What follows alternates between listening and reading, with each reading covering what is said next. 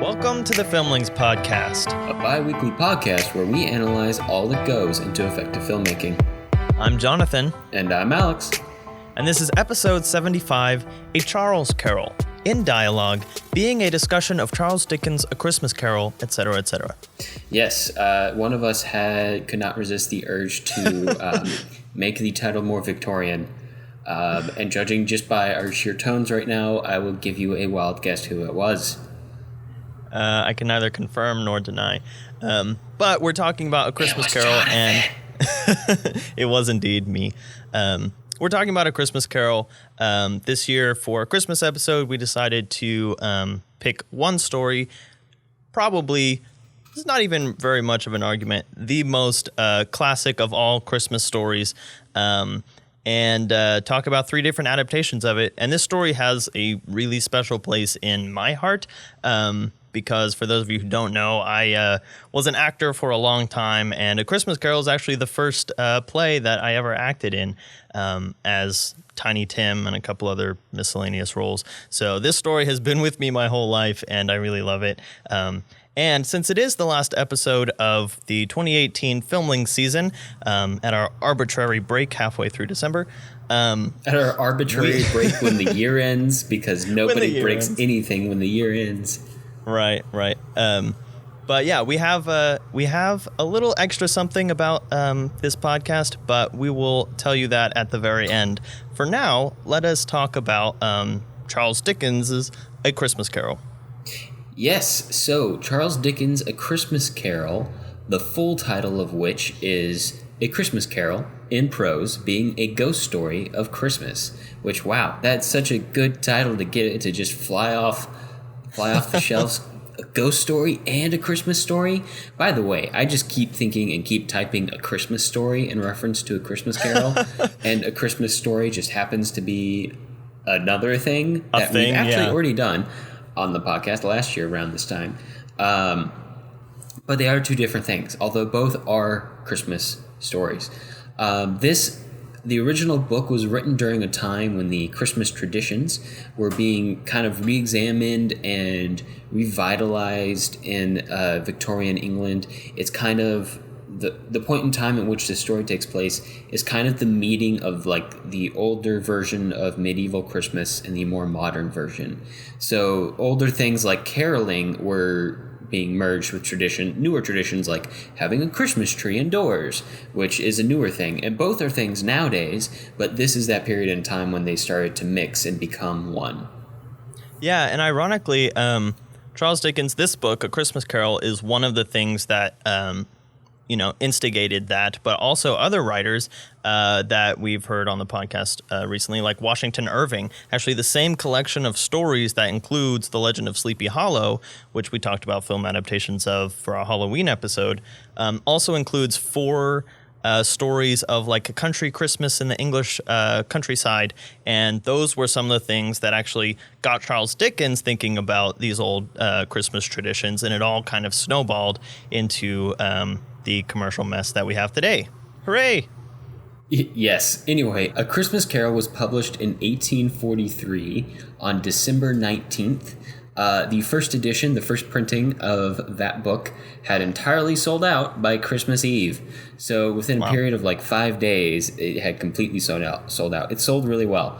But there was some problems when Dickens' publisher at the time tried to do a legal copy of the novel without Dickens' permission and without a set upon profit-sharing engagement. Dickens sued, which cost him quite a bit financially, and put the publisher out of business. So suddenly Dickens was no longer making any money off of A Christmas Carol. He did, however, take to doing public readings, which were a popular thing for authors to do at the time, and Dickens did a lot of those with a lot of his books. But 1800s audiobooks. By far, his most popular public reading was A Christmas Carol. In fact, he would go on to do about 128 performances of Christmas Carol before his death. So performing the Christmas Carol was almost an inherent part of the book. It probably wasn't written with that in mind, but it became part of how the story was told and shared over generations from the very get-go of the book being a thing. the book has never been out of publication. It's always been a thing. It's always been in since it was first written and published. And guess what, Jonathan? Guess how many, you might have already read this in the outline, but let's play along for the folks at home. Guess how many writing credits Charles Dickens has on IMDb. For those of you who don't know, a lot of classic authors, especially like Shakespeare, especially Shakespeare, also Conan Doyle, get writing credits. We probably talked about this on the Conan Doyle episode. Get writing credits for movies, like based on a work by or based on the novel by, and they're dead, so they don't really get much money.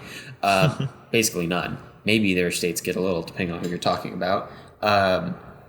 But they do get the credit. And so now there's these IMDb pages for long dead authors who never were alive during the internet, or some not even during the film era, who just have hundreds and hundreds more credits than any modern writer or producer or director or anybody of that sort. So Jonathan, go ahead and guess how many writing credits Charles Dickens has on IMDb. Quite a few. Definitely multiple hundreds. Well, it is 393 writing credits. It's a lot of writing credits. Now, the real question, though, is what percentage of those go to A Christmas Carol in some form or another? Probably quite a bit. Yeah, because I mean, The Christmas Carol has not only been adapted into many, many film adaptations, but it has been parodied on television from, The Simpsons to Doctor Who to even Psych, which is one of our favorite shows. Yeah. No, it's a very popular tale. It comes in segments. The way it's presented, and we'll talk about all of this, makes it very ready for adaptation to whatever situation or characters you're being presented in. So it's been adapted a lot. In fact, I've already scrounged up, and they're posted on our Facebook page if you want to take a look at some of the very, very old versions, old adaptations, film adaptations of A Christmas Carol. I found one from 1901 and one from 1910.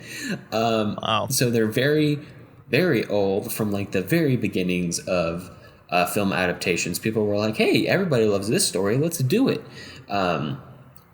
So yeah, that's A Christmas Carol in a nutshell, released A Christmas Carol, A History of. But Jonathan, what specific adaptations are we talking about today?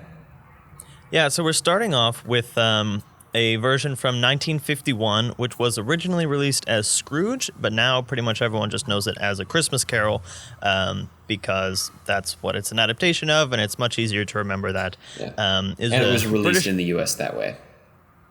Oh, okay. I didn't realize where that change happened. Yeah, it was released as Scrooged in the UK, and then to avoid probably some stupid naming conflict, it was released as A Christmas Carol in the United States, which is the first and last time that anything was released as A Christmas Carol to avoid a naming conflict.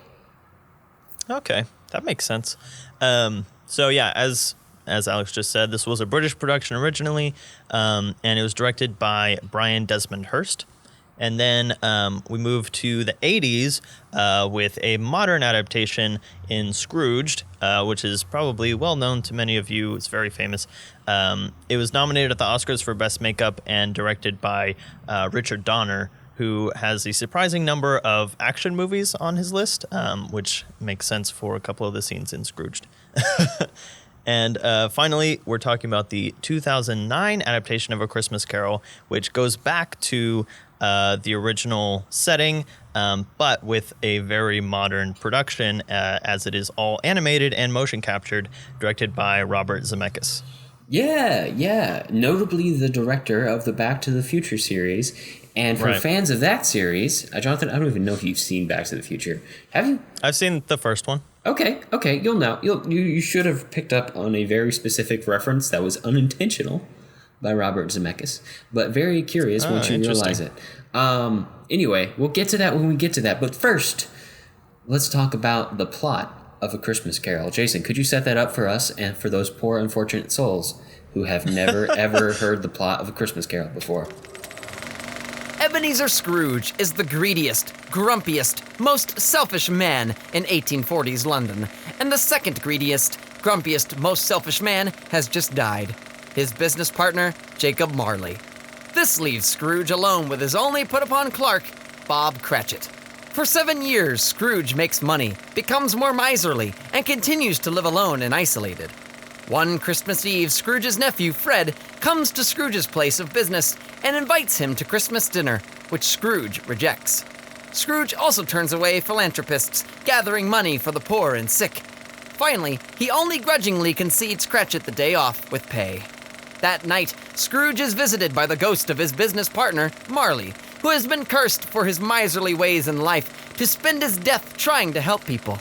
Marley lugs around the weighty chains of misery he forged for himself in life and warns Scrooge that his burden will be much higher if he doesn't change his ways. 3 ghosts are on their way to show Scrooge the error of his ways, and whether or not Scrooge cares to believe what he's seeing, the ghosts do appear. First, the ghost of Christmas past whisks away Scrooge through his past Christmas. We see how he goes from young lonely boy to promising young clerk under with a fiancée, his cheerful, generous boss, Mr. Fezziwig. Then we see his pursuit of money corrupt his heart and drive away his betrothed and his boss, leaving him with only his business and his like-minded miser, Marley.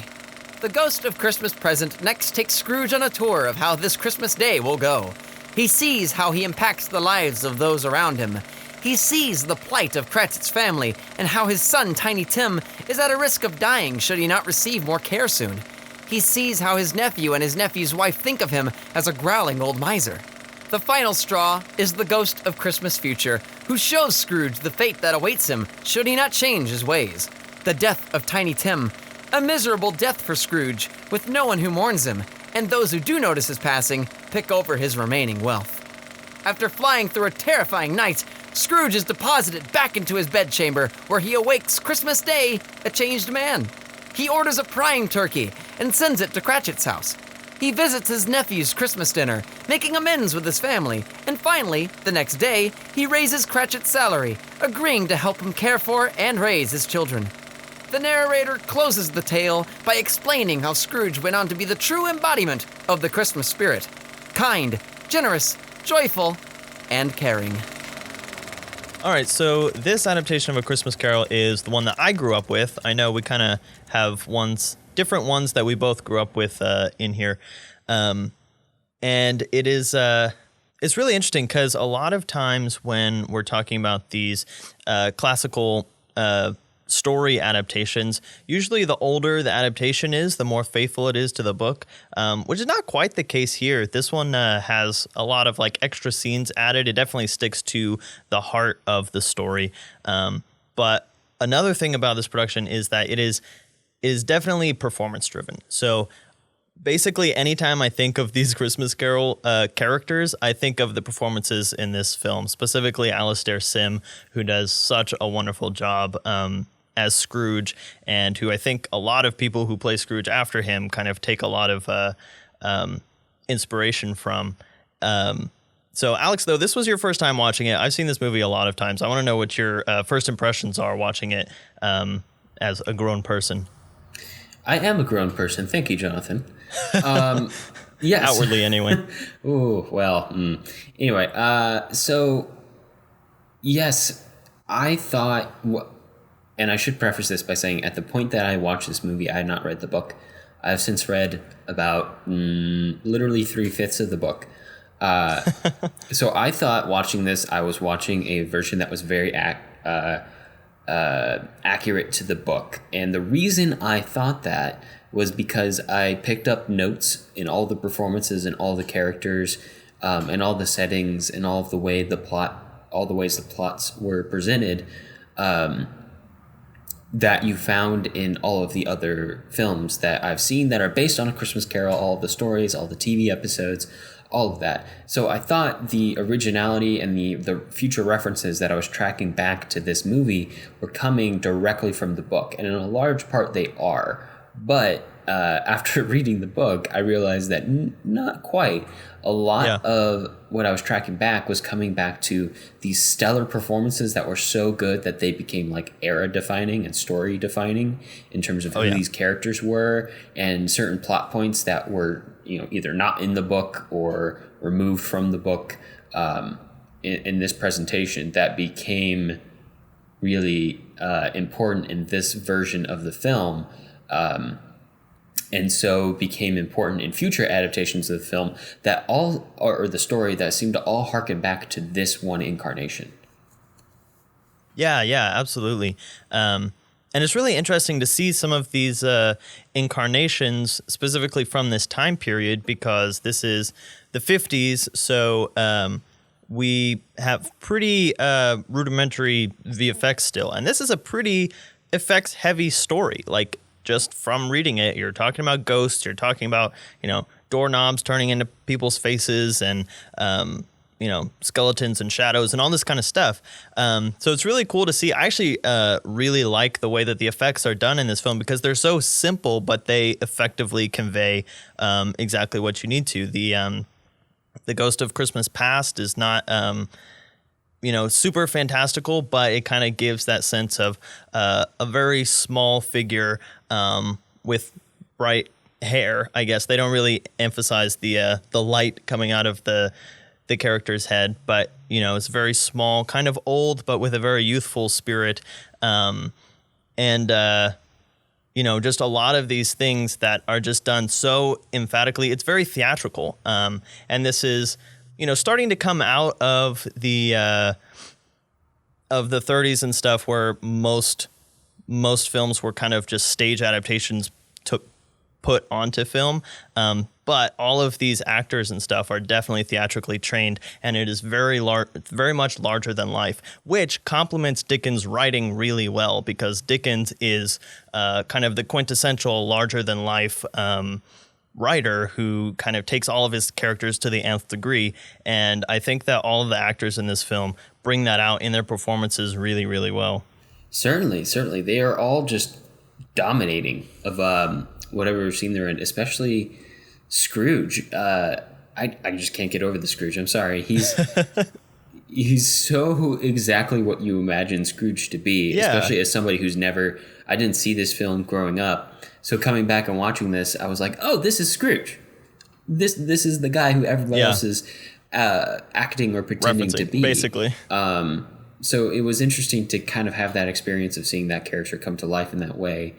And whoever does Scrooge, Scrooge has one of the most polarizing character arcs in literary history. So whoever you get to do Scrooge has to be that really basically evil, dismissive, curmudgeon-y man, the quintessential curmudgeon, and then be able to flip it to the most happy and excited and joyful person at the end. And Alastair Sim is able to embody both of those. He's not like in his physicality, he's not so like evil and decrepit at the beginning that he can't that he's not also really joyful at the end. He just does both of them, and his joyful at the end is so over the top and so exhilarating that it's the greatest conclusion to the story. Yeah. The task of playing Scrooge, we talk about a lead in a story, is daunting and requires such skill. I do not envy the task of anybody who has to give a Scrooge performance. Oh yeah. Oh no.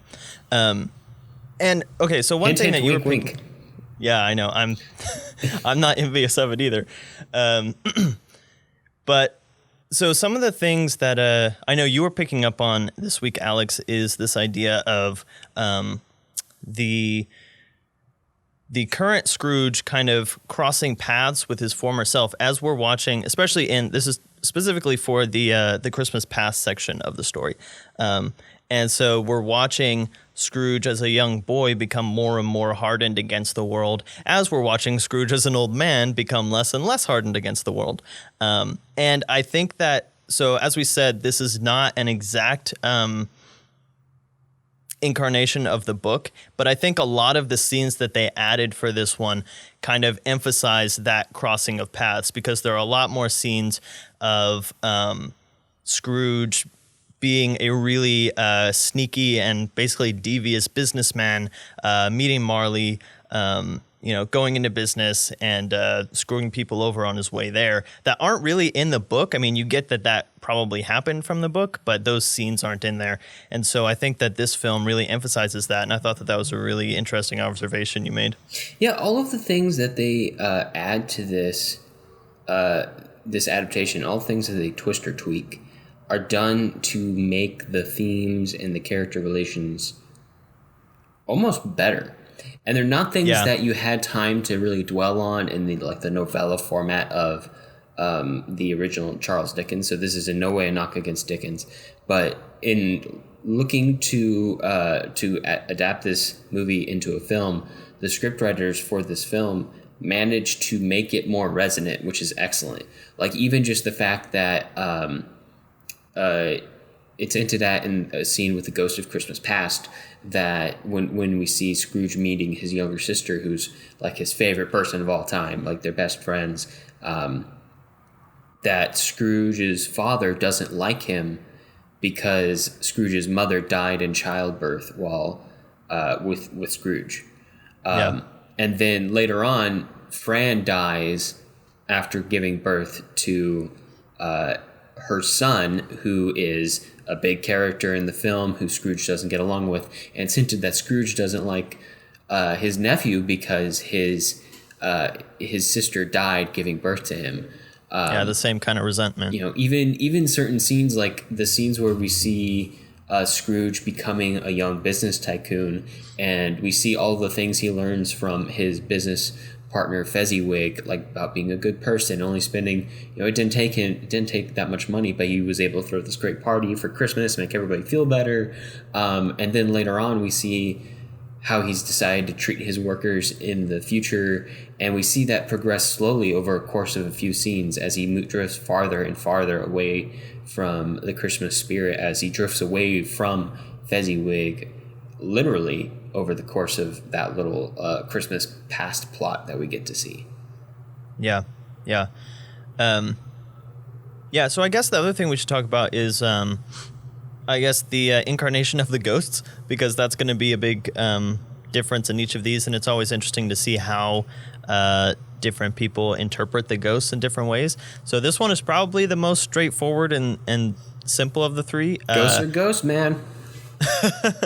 But I really like the performance of Marley.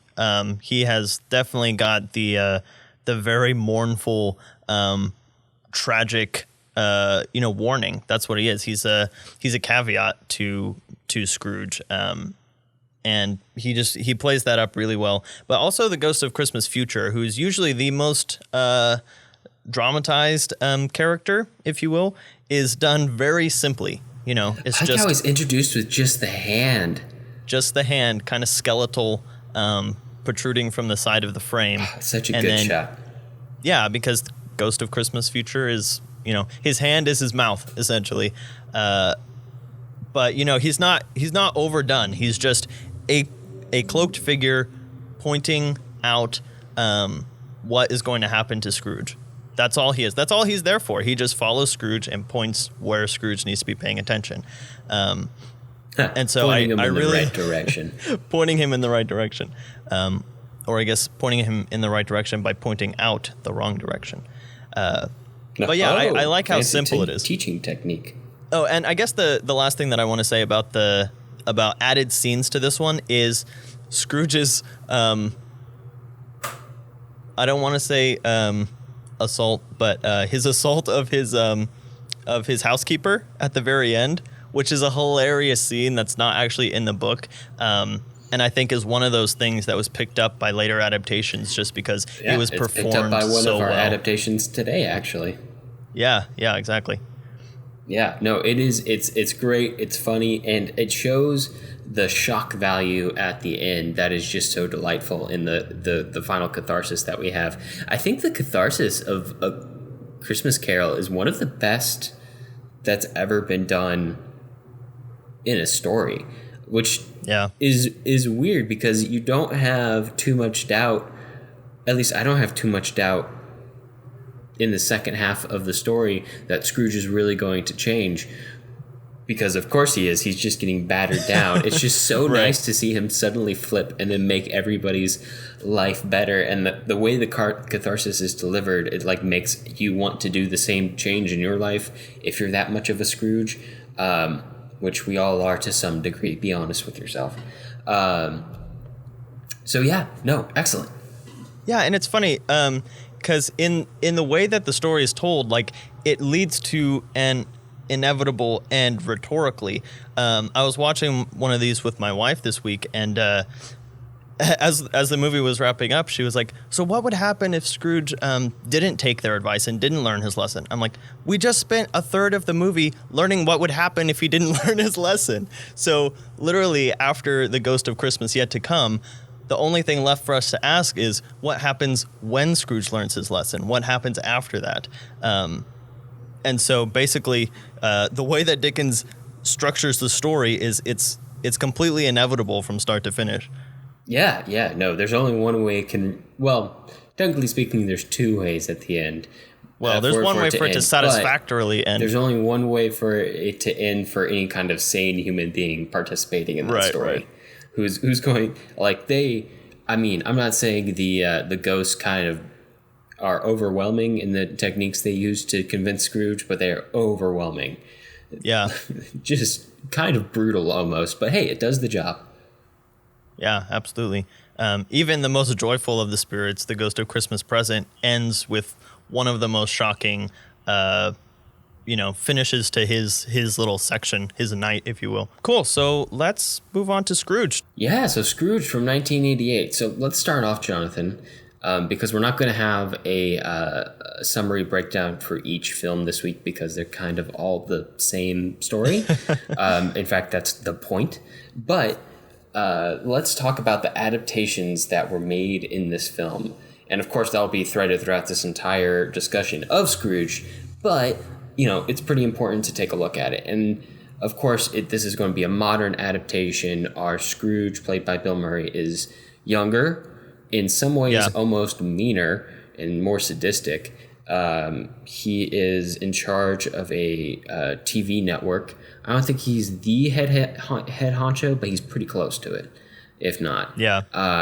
So, there's all of this commentary on the modern state of Christmas, which, as we talked about earlier, A Christmas Carol in 1843, when it came out, was kind of also a commentary on modern Christmas, but 1843 is no longer modern.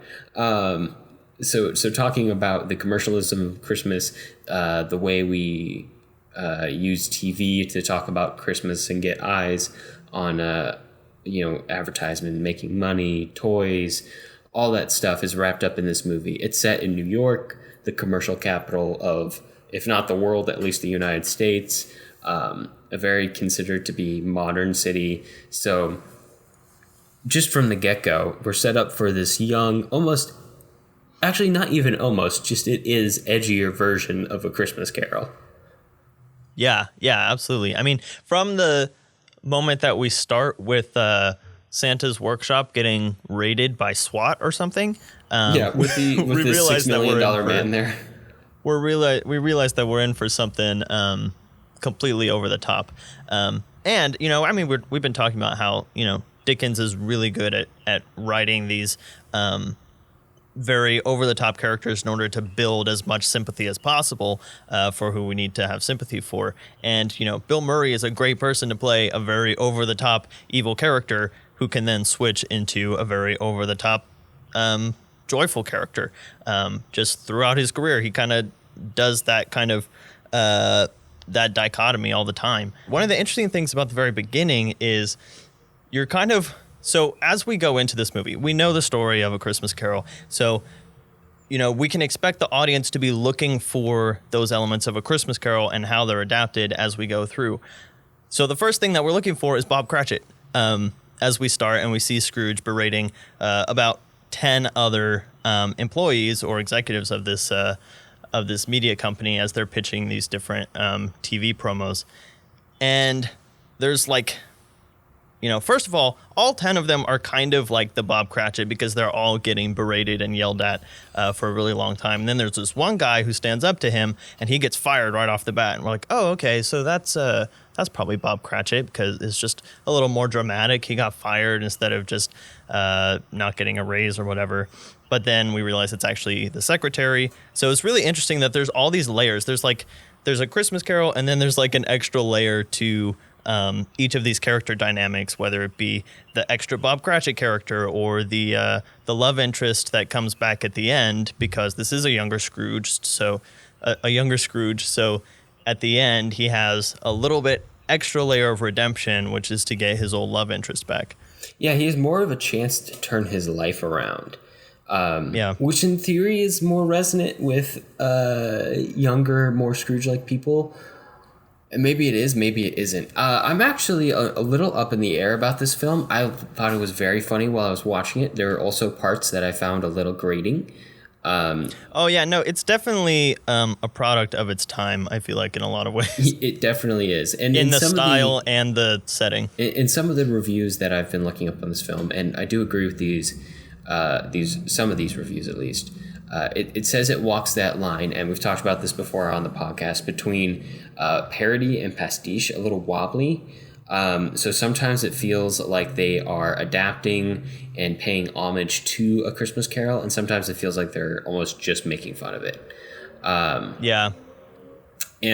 thing that I feel like it's really light on is the heart. I think from the moment that our quote unquote Marley shows up, which is Scrooge's old, or I guess his name isn't even Scrooge, it's something Cross, Frank Cross.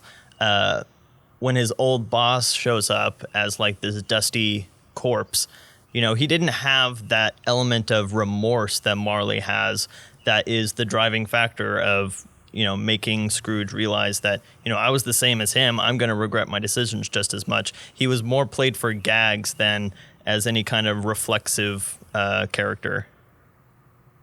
Yeah, no, a lot of the moments are played for gags. I think I found the Ghost of Christmas Present to be incredibly grating, and I love that actress. I think she's fantastic. We saw her in The Princess Bride. But that was just, I don't know. There was something about that was just too much for me. And Christmas Present's supposed to be like the most endearing of the three. Yeah, that spirit's supposed to be the most joyful, the most likable, the one that makes you feel really comfortable, and then at the very end of that segment just scares the living daylights out of you. Right. But it's shocking children, because he's been so happy the rest of the time. Yeah, and to be fair, a lot of what this film is trying to do is use the basis of A Christmas Carol to tell this modern adaptation, but also give twists on it constantly. Yeah. It's just sometimes those twists feel like they work, and sometimes they feel like they don't work so well. Right.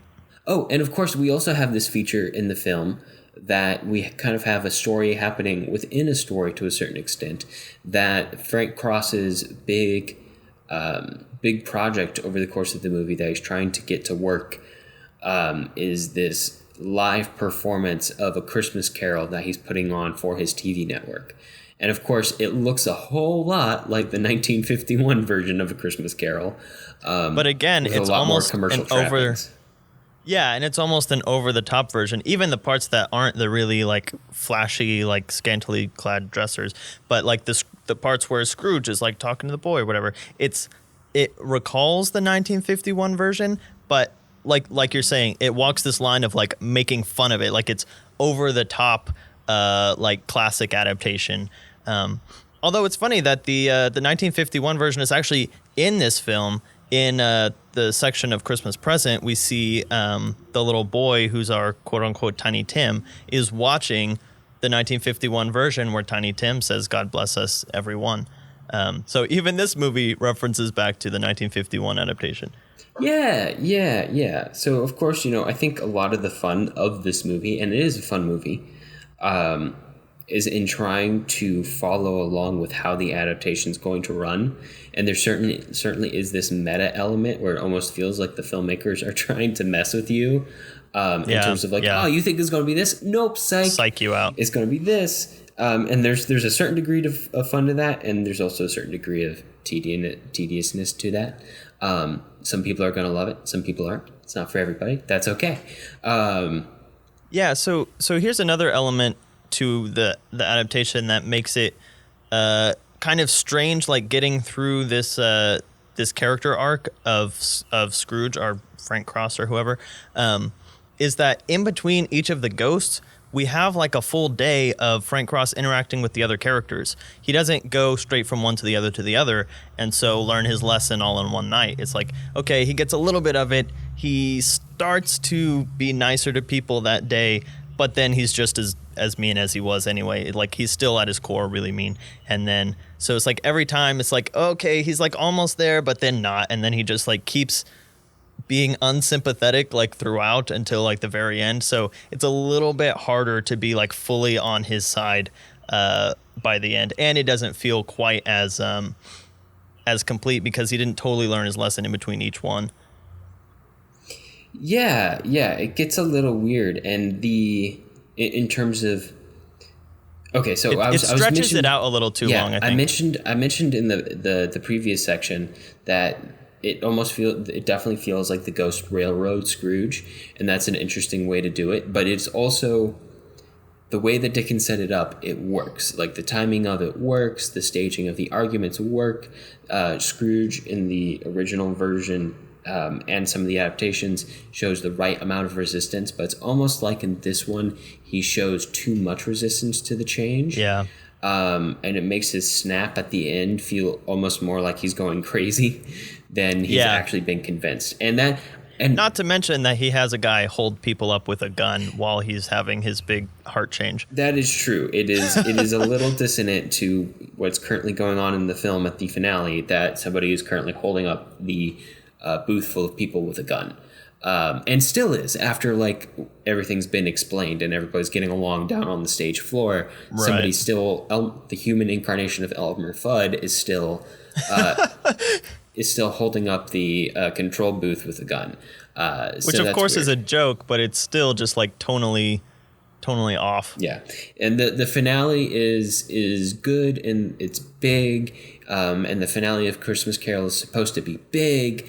But it almost feels a little too saccharine and unbelievable.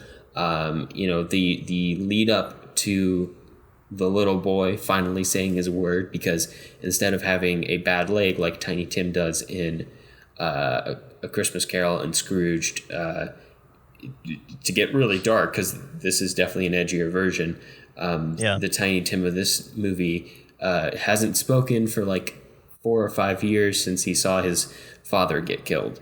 So he finally says his words, and of course his words aren't, correct me if I'm wrong here, Jonathan, his first words are like, "God bless us, everyone." Yeah, because he was watching it earlier. Cross goes, he sees that, and then he sees the one in their adaptation, and Cross says, "Merry Christmas," and then he comes up, and he's like, "Am I missing something?" He says, "God bless us, everyone." So that kind of like, he's taking his cues directly from Tiny Tim. Yeah. So it's a little on the nose at the end. Of course, there's also a moment at the finale where Frank Cross directly addresses the audience. I'm never sure how I feel about that. Sometimes I think breaking that wall works really well. And at the point that he does that in this film, I'm like, okay, the movie is over. There should be credits rolling over what he's saying right now. Yeah. And in this one, it can kind of go both ways, because, the whole setup is that he's talking to a TV audience. So pointing at the TV kind of works. Also, I felt like at some point, I definitely felt like that was geared exclusively towards a studio audience, like a movie theater audience. So he's talking like they're hoping that people in the theater are going to be like getting up and singing and stuff like that. But it just kind of falls flat when you're watching it by yourself on your couch. That is true. So here's a question, Jonathan. Are we saying that we don't like Scrooged? It is definitely my least favorite of the three. I think I agree, but I also don't think that I dislike Scrooged. I think for what it is, I think it's funny. I think it's a fun adaptation to watch for sure. I don't regret having watched it. Like, there's definitely films that we've watched on this podcast that have been like, oh, I should not have watched that. I wish I could scrub it from my eyes. Yeah, but this isn't one that it has enough of a feel-good bent to it that's like, oh, I'm definitely going to put this in every year on Christmas time. Yeah, right? Like, I don't think it's going to become a Christmas classic. Right. And maybe, you know what, maybe it is for some people, and if it is that for you, congratulations, good for you. I have a family classic on this podcast today as well that a lot of people are going to be like, oh, I don't like that one. So I totally get it. And by process of elimination, Alex, which one is that? It's the next one. It's the Christmas Carol from 2009. Well, shall we? Yeah, let's talk about that one. So A Christmas Carol from 2009 is the Robert Zemeckis, Jim Carrey, motion cap, 3D animated extravaganza. Extravaganza is the right word, Jonathan. It is big and over the top. It came out in 2009, which means it came out, we would have been what, sophomores in high school at Christmas 2009? Yes. Yeah, we would have been just finishing up. No, yeah, freshmen or sophomores. Yeah. To just like literally age us for everybody out there. Yeah, we're both old and young, depending on who you're talking to. So, yes. And instantly it became a Christmas classic for my family. So for almost 10 years now, very close to 10 years, 9 years, we have been watching this movie every year. Also, another Christmas classic for my family, Elf, was on last year's Christmas show, and I highly recommend that for any of you crazy people who are crazy enough to not have seen that movie yet. But anyway, yes, this one is big, it is loud, it is over the top, and yet it's so well directed that I don't think it's too over the top. There's certainly moments where I think it goes a little too far, but just watching the opening sequence of this film where we get to see Scrooge's life before the ghosts appear, there's a lot of quiet to it. There's a lot of slow action. There's a lot of contrast as we zoom throughout this wintry London, and there's going to be a lot of zooming over wintry buildings in this movie. There's like 10 shots where it's that. They really take advantage of the fact that you can just throw the camera wherever in the 3D world. But you get to see the lively Christmas town. Everybody's happy and excited for Christmas, and then here comes Scrooge, and everybody's just like shying away from him whenever you see him. And we finally get to the street where he has his offices, and it's dark and quiet and not lively and loud. So Zemeckis does find a way to balance those loud sequences with this quiet menace of Scrooge here and there, and the quiet menace of the fact that it's a freaking ghost story, y'all. Right. It is on its face kind of a horror story as well as a Christmas story and a story of redemption. And this is one of the scariest versions that I remember. At least. I don't know how you felt about it watching it for the first time as an adult, Jonathan. Yeah, so this was my first time, and I'd seen like clips and stuff online of it. So I have mixed feelings. Overall, I liked it a lot. A lot of the technique of the animation takes a little while to. It took a little while for me to get over it just looking kind of like a video game cutscene. Oh, we'll talk about a lot that. of it. We'll talk about that. So I was surprised because, before watching this, I was spending a lot of time reading the book for a certain secret project that we've been hinting to through this whole episode. And this is actually a quite faithful adaptation, the most faithful of the three. It includes a lot of really quick scenes and stuff that are in the book that don't usually get included because it's easy to skip over them. And a lot of the dialogue is extremely verbatim. So I was really impressed with the way that it was adapted. I just have some reservations about the inundation of the visual effects. Sometimes there are moments that just feel like they're there to prove the visual effects and do nothing for the story. There definitely is. And to point out before we talk about those, because we'll talk about plenty of those, I want to talk about a moment that I really, really enjoy or actually like a series of scenes that I fully enjoy, but it won't take too long, I promise. But it's the scenes where we are in Scrooge's office and his nephew comes to visit and he gets turned away. They just animated Colin Firth as himself. Yeah, it was literally just Colin Firth. I love that scene. I love that, unlike some of the other adaptations we've seen, like the nephew's actually like legitimately yelling at Scrooge. Yeah. So there is some pretty decent acting in here. Now, of course, it's buried under an uncanny valley of weird mocap. That's okay. Yeah. But there's also like just some very well acted, well directed scenes that I feel we have like an all-star cast here. We do. That make the film nerd in me very, very happy. There's one moment that I never ever forget when the people who are running the charity come to see Scrooge to ask for a donation, and they give him the pamphlet asking him about it, and Scrooge takes it and then just kind of like lets it drop in his hand so that it's burning in the flame. I love that moment, and that's just like a sign of like a director who knows what they're doing with the physical movement of the actors to make it make the communication between movie and audience happen without having to hit something on the nose. Which is nice. And I haven't seen like any behind the scenes from this movie, but since it is motion capture, which for those of you who aren't familiar, it's the one where you have all the dots and the weird gray suit on. So they're actually capturing actors' performances, which is why you can actually see like Jim Carrey expressions in Scrooge's face and stuff like that. But I can just imagine that since you have that physicality, you have the actors putting their life and their emotions into it, is what makes a lot of those moments have that little extra touch of realism that you wouldn't necessarily get if you had a team of animators, no matter how skillful they are, kind of sitting in a chair and being like, how does my arm move? Oh, okay, so how's my face move?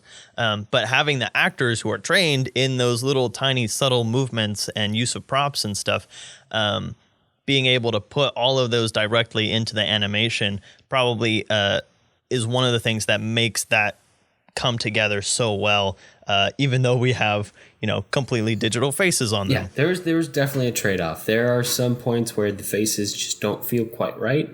I think there's a lot of places where the faces actually look quite good. Yeah.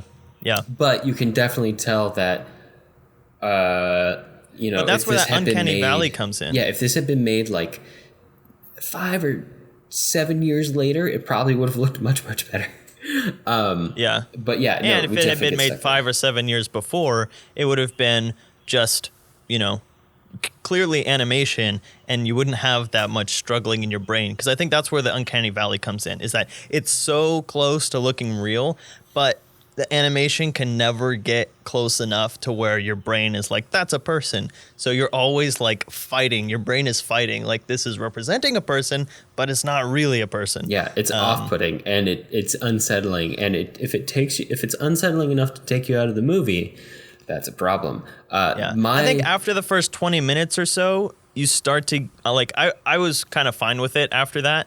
It was just some of the specific character designs that I was thinking about, and I wasn't thinking about each of the faces individually. But as you're getting into it, especially if you haven't watched a lot of movies like that, because Polar Express was done in the same kind of a way a couple years earlier, same director.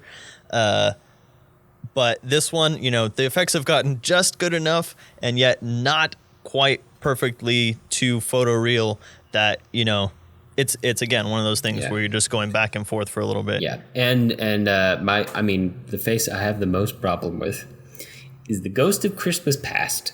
Okay, let's do this. Just deeply unsettled me, because it was literally just like they put Jim Carrey's face on fire on top of a candle. If anyone has seen and like the annoying orange.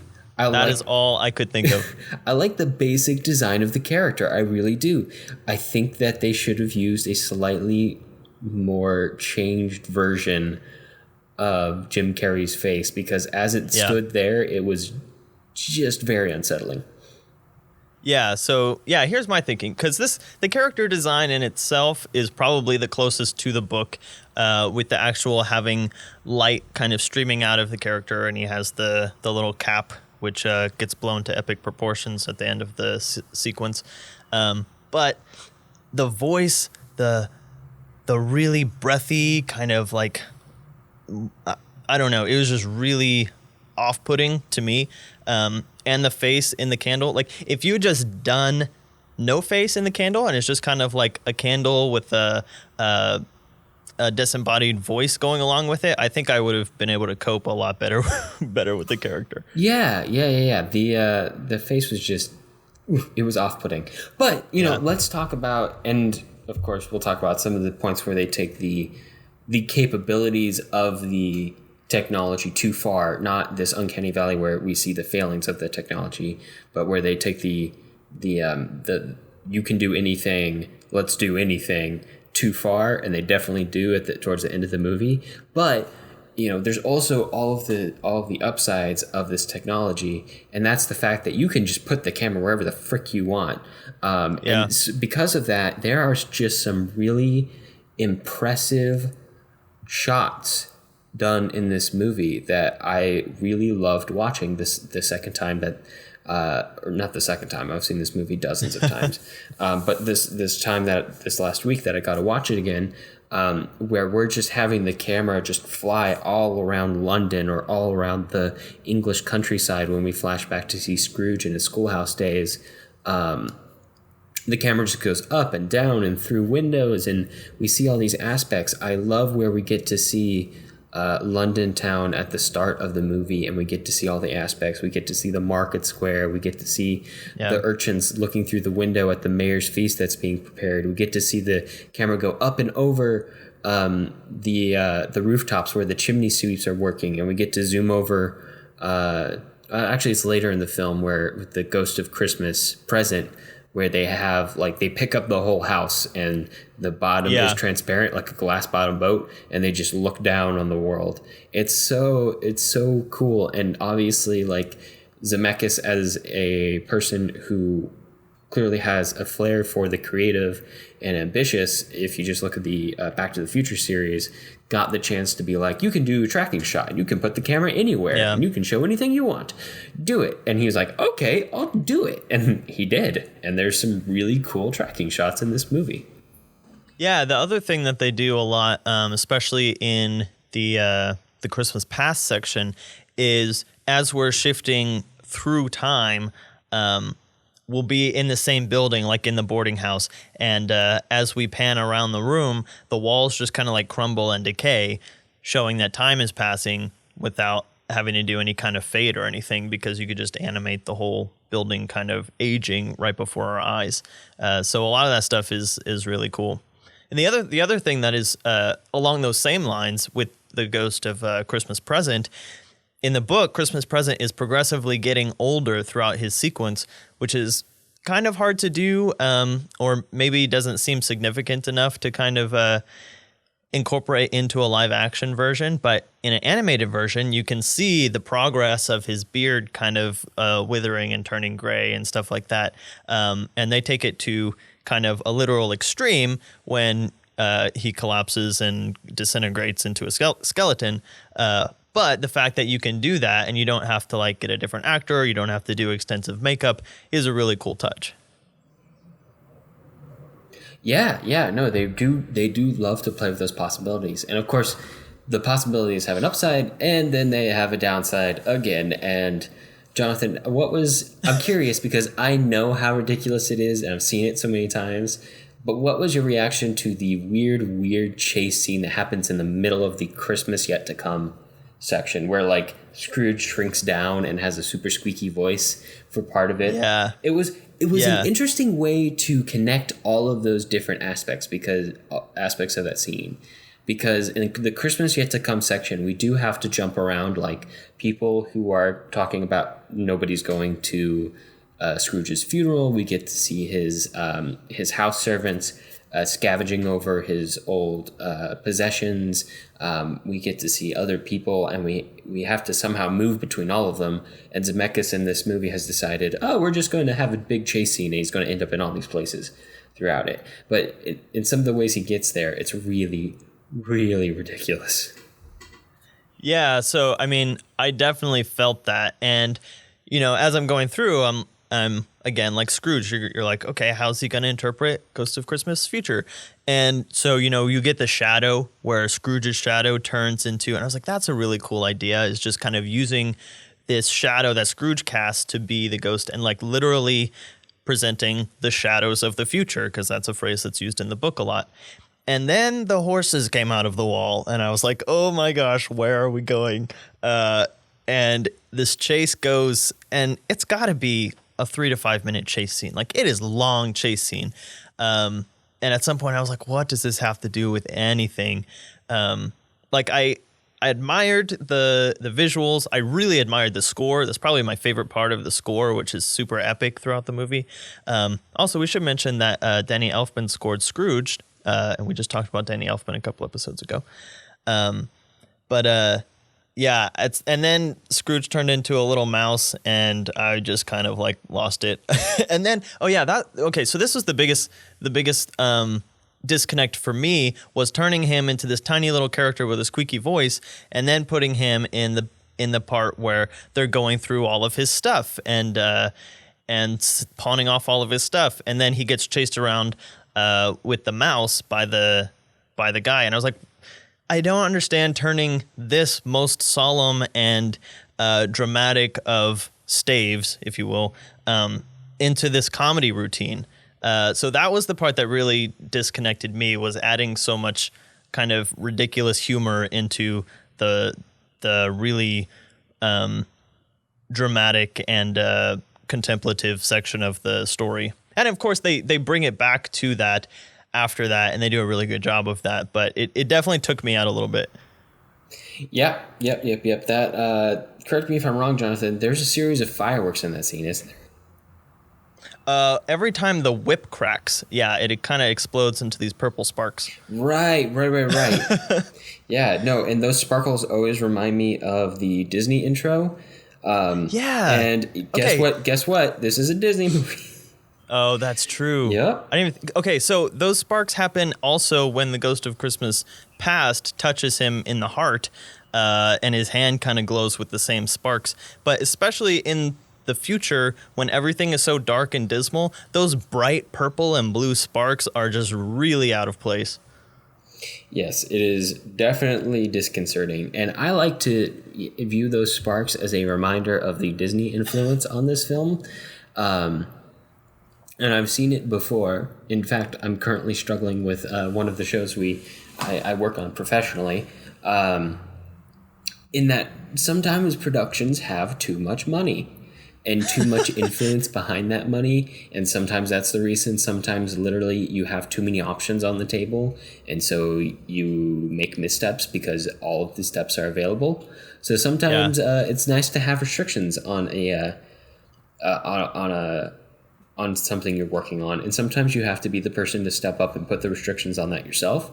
And sometimes stuff just gets out of control from you, and you are suddenly being talked into, or doing the one talking into, let's add firecrackers to the whip here, and let's make him shrink down into a mouse, and we can do anything, so let's do anything.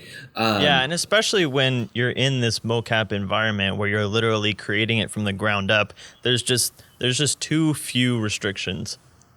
Yeah, it almost feels like it sometimes feels like people think they have a mandate from the technology to use it to its fullest extent.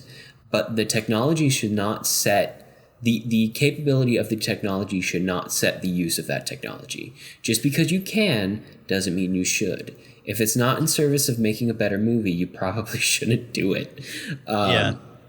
Which is where my conflicting feelings for this movie come from, because it creates this really strange dichotomy between the fact of it being a quite faithful adaptation. So they're taking a restriction on how much liberties they're doing with the script, And then they're taking all their artistic liberties with their visual adaptation, which I'm fine with. I'm fine with like really cool like candle adaptations, or making The Room look like it's a promo for a new Disneyland ride or something like that.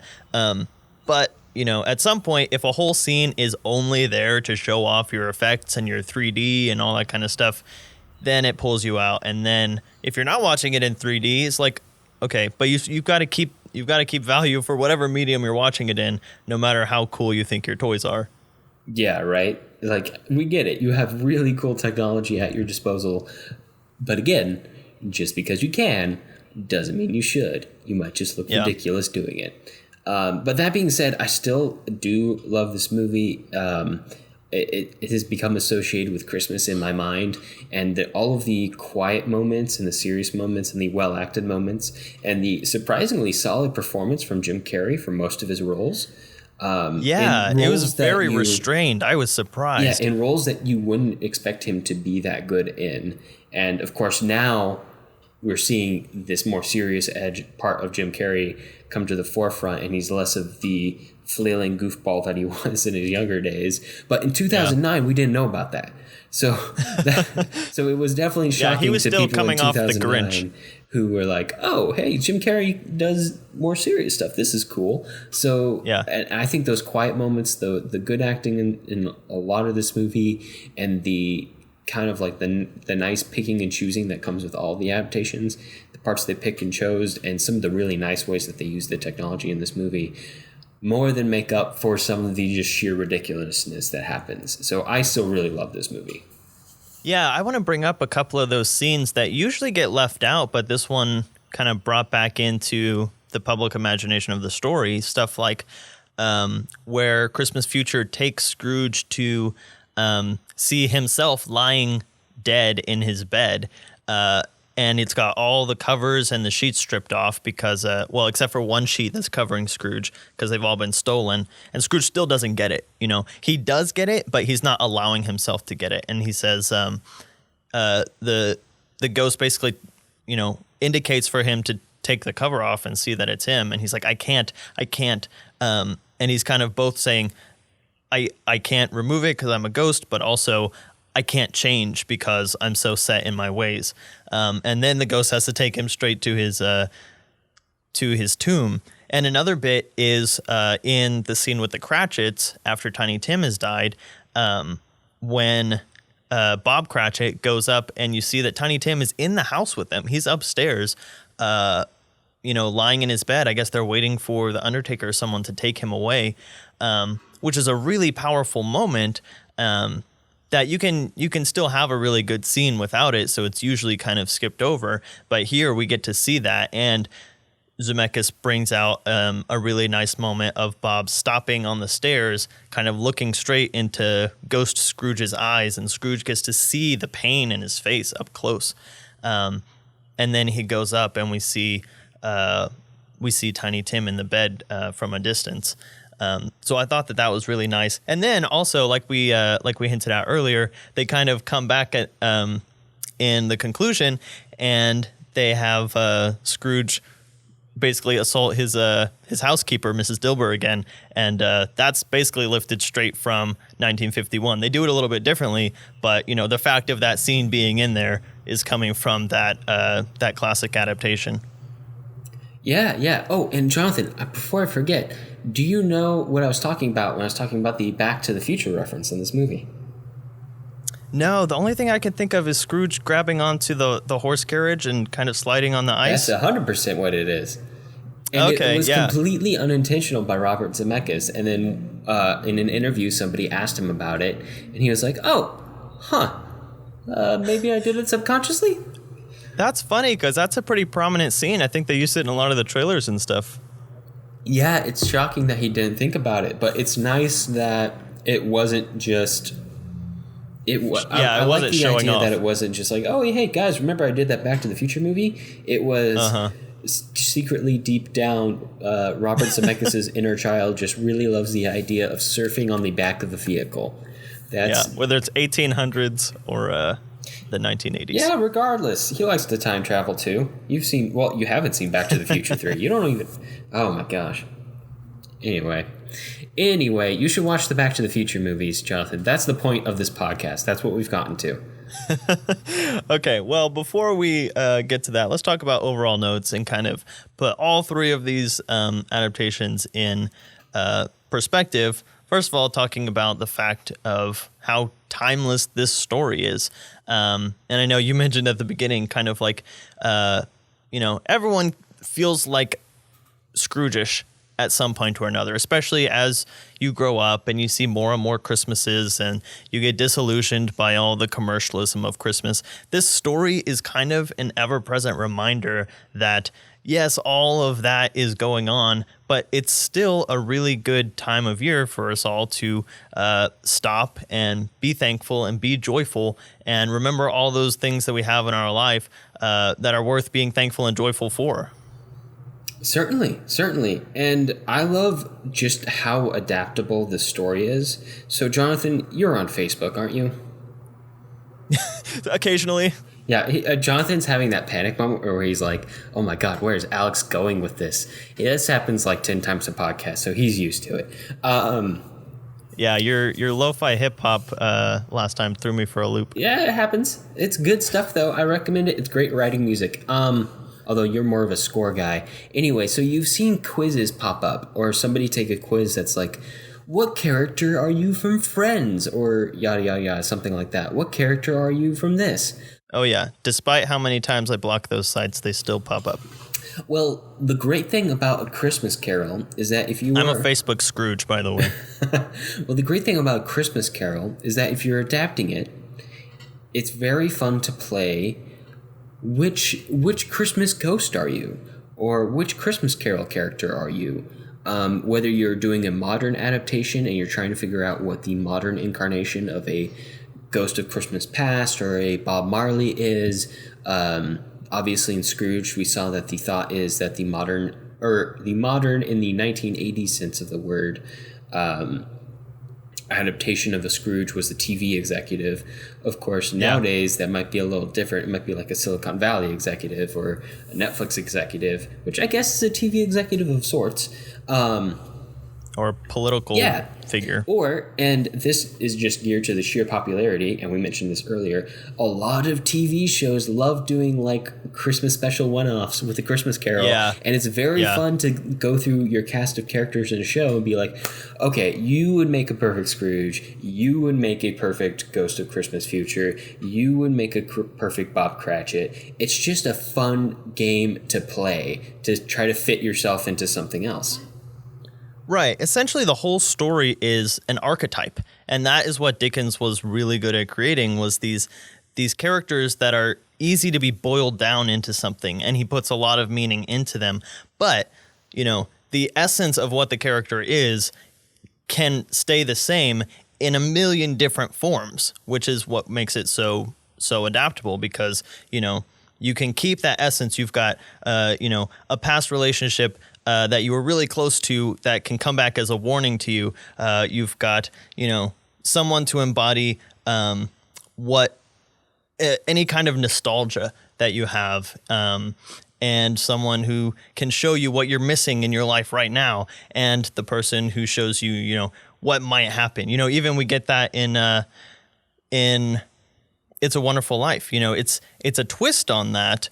For sure, it's got a big twist, but a lot of the essences are there. It's about seeing life in a different way and re-examining your own life through this kind of supernatural medium. And these characters are just so fun and over the top that they can be morphed and recreated over and over and over again. And one of the best parts about this story is that it's just so satisfying. The catharsis at the end is so good. And so well done and satisfying and joyous, and it always puts a smile on your face that it's just it makes it a classic, right? You can always go back to it and be like, yeah, I'm so happy when it ends. You know what's going to happen, but it's so satisfying. Yeah. Even just getting down to the nitty-gritty specifics of how Scrooge goes about making everything better, and the fact that he decides to have fun with it in some cases and trick people into thinking, oh, I'm not going to change. Oh, I am changed. Ha ha ha ha. Yeah. So deeply satisfying that of course it is. And because there is a like snowball effect to a story's popularity, right? So it started out of the gate pretty popular, but it's also had like 170 years now to be so popular, so that there is an idea of what is going on in A Christmas Carol in almost everybody's head, regardless of who you are and what you've seen. Even if you, by some chance, haven't seen an incarnation of the story or heard a telling of the book before, you know about the ghosts and Scrooge and Bob Marley and all of that. So once it's become a classic, it keeps becoming more of a classic, and it's not going to go backwards anytime soon. Yeah, and also going back to what we were talking about, it's like it's infinitely identifiable. So whatever stage of life you're in, you can kind of find a anchor point within the story, whether you're grieving, and then in Christmas Future, you're seeing tenderness associated with death with the Cratchits, who are dealing with a huge loss, but doing so with grace and love towards one another. Or if you're in a really joyful and festive spirit, and you identify with Fred and the way that he jokes around and has fun with all of his friends. Or if, like we talked about, you're kind of over Christmas and you're just kind of done with all of these people kind of being superficially frivolous, then you're obviously going to identify with Scrooge, and you're going to be able to find a little bit more of that spirit by the end of it. So, it's easy to morph into, put different skins on it, if you will, and it's easy to find yourself in the story, no matter what you're going through personally. And I think those are just like all mix into this great bundle that makes this story, it's not going away anytime soon. Yeah, there will be plenty more Christmas Carol adaptations, plays, audiobooks, all sorts of stuff. So, keep paying attention. There will be a new good Christmas Carol adaptation coming to you soon. Who knows where from, but soon. Yep. And of course, we can't forget about the Muppets. I got to put a shout out in there for our good friend Hayden. We talked about the Muppet Christmas Carol last time, but that is also a worthy adaptation that is very fun. And we talked about that last year, so go check that episode out. I love that Christmas Major Carol plugs movie. for our Christmas episode last year. Yeah, right? It's almost like they're about the same things. Yeah, I love the Muppets Christmas Carol. In fact, I love, oh man, his name is just slipping my mind, and I feel bad that it's slipping my mind, but he had... Michael Caine had a fantastic Scrooge performance. Yeah, regardless of his song at the end. That's all I'll say. Oh, well, we shan't mention that. Anyway. But Michael Caine's great in whatever he does, so of course. Should we talk about the future, Jonathan? The ghost of podcast yet to come. Yes, we shall. So we're taking a break, which this year means we're basically skipping one episode. And we will return in January. I think the second Tuesday in January? I don't know. Follow us on Twitter. 1 second, I can tell you. Because next year starts on a Tuesday, it will be the second Tuesday of January. Okay. Because we are not doing a New Year's episode. That's not happening. Nope. So tune back in on the second Tuesday of 2019, and like we did this year, where we started off with a podcast series that revolved around similar topics for 5 episodes. This year it was Hitchcock. You can go check out the Hitchhike. Next year, we were trying to think of what we should do a series about, and Alex had a brilliant idea to do a series about series. So we're going to be talking about Serious Series, which will be about film franchises of 5+ movies. We're not talking trilogies or anything like that. We're talking about long-running film stuff that's typically gone so long that it's had reboots in it. It's had different actors play the lead in it, all over the place. Like, you can talk about different eras of the series, which is interesting. And in most of them have been going for at least 40 years or longer, probably longer. Yeah. And so we're kicking off the series with a big one, with James Bond. Bond. And James Bond. Since our podcast, we typically talk about 2 or 3 movies per episode, we're going to kind of boil down our discussion of each of these series into 3 significant iterations of the series. So, Alex, what Bond films will we be covering in 2019? All right. Well, I accepted when picking these that somebody was going to have a gripe with it regardless. So it is what it is, but I have reasons for picking all of them. From Russia with Love is the first one we're going to do, from 1963. It's got Sean Connery in one of his best appearances as the character in it. It's also probably the closest to Ian Fleming's, the tone of Ian Fleming's original novels and stories. So it'll be interesting to take a look at that. We will, of course, then be looking at The Spy Who Loved Me from 1977, which has been adapted and parodied a whole lot, which is great. But also, it's the one of the best performances by Roger Moore's Bond. It's kind of like that incarnation of Bond at his peak. It's kind of from the more middle years of the series. Of course, it's been going for a long time now, so some might call it early, but it is a fascinating look at some of the high-tone campiness that the series can have, including great villain henchman Jaws, who has giant metal jaws, if you couldn't figure that one out. Of course, we will then be wrapping up our trilogy of Bond movies with Skyfall from 2012, which is one of Jonathan's favorites and one of the best movies of the very few that I've seen. Yeah, one of the best movies of the current run of Bond movies, starring Daniel Craig. Jonathan is I almost called you James. I'm sorry about that. Jonathan Bond. Jonathan's very well versed in the modern Bond movies, and I'm very well versed in the older Bond movies. So this should be interesting. Yeah, I'm excited to find out. I'm a casual Bond viewer. I started watching Casino Royale, but I've never taken the dive to go back to the older ones. So I'm excited to go back to where it all started. But before we end up this episode and this season, we have a couple of housekeeping things to talk about. Some big things that we're going to be implementing next year. We've been doing this podcast for 2 years now, as of this episode, and we decided that in order for this podcast to continue to grow and become better and more informative for all of you guys, it would really help us out a lot if we opened up some channels for donations to come in to help with things like hosting on our SoundCloud account and stuff like that. So we're going to be starting a Patreon and also a Ko-fi account. And if you don't know about those, at some point over the next couple weeks, we'll be posting a blog post that will give you links and descriptions.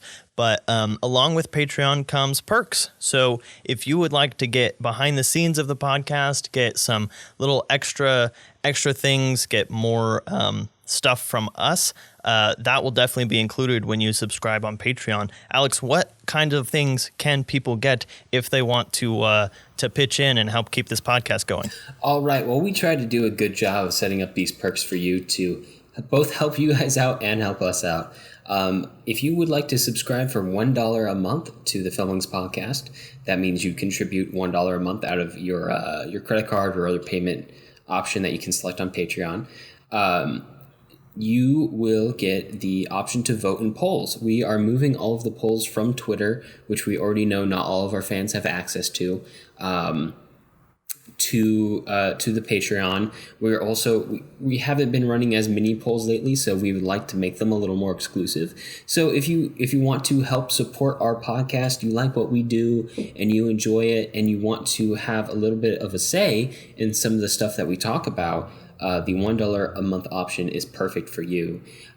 If you want to donate for $2 a month, and I promise already these don't all increment up by $1 at a time, so it's not that tedious. But if you want to donate for $2 a month, you'll get access to the notes library, in which you get to see all of the thoughts that we have on the movies that we watch during the week.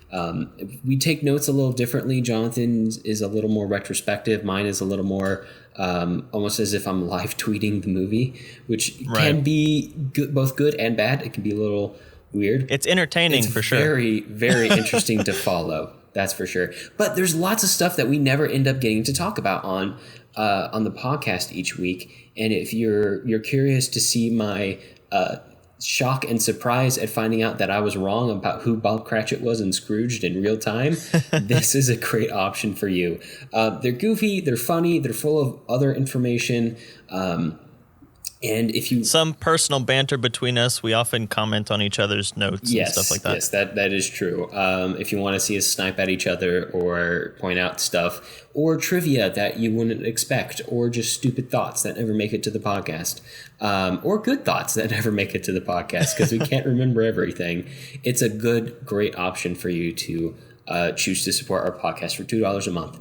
And of course, per tier, you also get everything that comes before. So if you subscribe for $2 a month, you get to vote in the polls and you get access to the notes library. Now, if you decide to subscribe for $5 a month, you'll get access to a new smaller format side podcast that Jonathan and I are starting next year that is as of yet unnamed, but we'll come up with a very clever name for it because, as you know, we're both very good at naming things.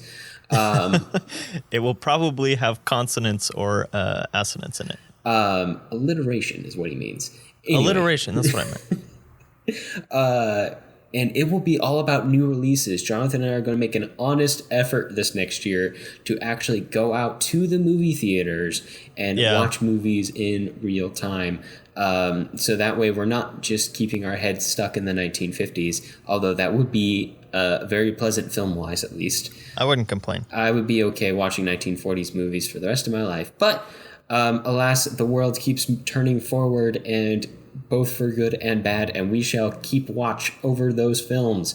And we will talk about them and talk about our thoughts on them and analyze them and talk about what we liked, what we didn't like, and so on. So if you want more of a movie review, live, up to date, on the cutting edge of the film world podcast, the $5 tier per month is a great option for you. Yeah, and that podcast will be released on our off weeks since we switched to a bi-weekly schedule. If you want us every week, then you'll get that little extra bit on the weeks that our primary Filmlings podcasts are not being released. Yeah, a little half dose to keep you from itching too bad. If you want to subscribe for $10 a month, you will get access to a very special bonus. We have already started making these, actually. We did a long commentary session over the break. We are making movie commentary tracks to be played along with some of your favorite films. And that we talk about on the podcast. And one or two so far that go beyond that. And they will be made available to those who subscribe at the $10 a month tier. So you will get full hours and hours of content if you subscribe to that tier. If you want to hear Alex's live notes spoken out loud by Alex, that's perfect for you. Yeah, if you're wondering if they get smarter if they're said out loud, the answer is no. If you're wondering if they get more entertaining when they're spoken out loud, the answer is yes. Oh yeah. And yeah, we have a big one of those. We may not start off with that tier, but whenever we implement it, you'll not be disappointed if you subscribe to that tier, unless you hate epic movies. Yeah, right. These are not throwaway makes for us. We are putting effort into this. We want to give you the good stuff so that you can help support us in our efforts to bring you content and to continue our exploration as all 75 episodes so far have been, of cinema and learning about it and loving it and finding those weird little corners that you didn't think existed, and suddenly they exist and you love that they exist and you know about them now, and you get to watch all these cool movies that you never would have known about, and you get to see movies you love, like the Bond movies, in a different light, hopefully a better light. Yeah, absolutely. And if a monthly subscription is too much of a commitment for you, that's fine. We're also opening a coffee account because that's a really cool way, kind of like a tip jar. So if you appreciate the podcast and you just want to throw a couple dollars to us, you can do that on the coffee account. And again, there'll be a blog post soon with links to all that and a written out breakdown of everything we just talked about, so that you can keep track of it. And there is a very special perk coming out soon in relation to this episode that you have just listened to, which is we have recorded an audiobook of Charles Dickens' A Christmas Carol using our voices. Christmas. And that's wrong. That's wrong. That's a wrong one. Nope. So we are using our voices, of course, also voices of guests that we have had on the podcast before, and also people who are associated with the podcast, such as my wife. So if you are interested in that kind of little personal thing, that will be an exclusive perk for some of the first people to subscribe to our podcast. Not exactly sure what the limitation on that will be, but stay tuned on our Twitter and Facebook account in order to get all of the details and make sure you don't miss out, because it is going to be quite entertaining, I assure you. It'll be a good one, that's for sure. It should be a great year. We have loved podcasting with all of you this year so far. Thank you so much for joining us on this journey as we dive deeper and deeper into the world of film. And we hope to see all of you come back next year. And bring your friends. Yeah, you guys are the reason we do this, and we have seen some consistency in our listenership, which is why we feel confident in starting these new initiatives. So we will look forward to that when the new year rolls around. Well, that's about all the time we have for this season. If you have movie suggestions for us or just want to reach out, I can be found on Twitter at JSSatchel. And I'm at Alex Geringer. And I'm at the Blue Jay, 1994. And to find links to things that we talked about today, you can view them on the blog at thefilmlinks.com. Also, where all those details that I just mentioned will be posted soon. If you like the show, let us know. Leave us a review on iTunes so other people know what we're all about. We definitely appreciate it. Talk to you next time. All right. Merry Christmas and God bless.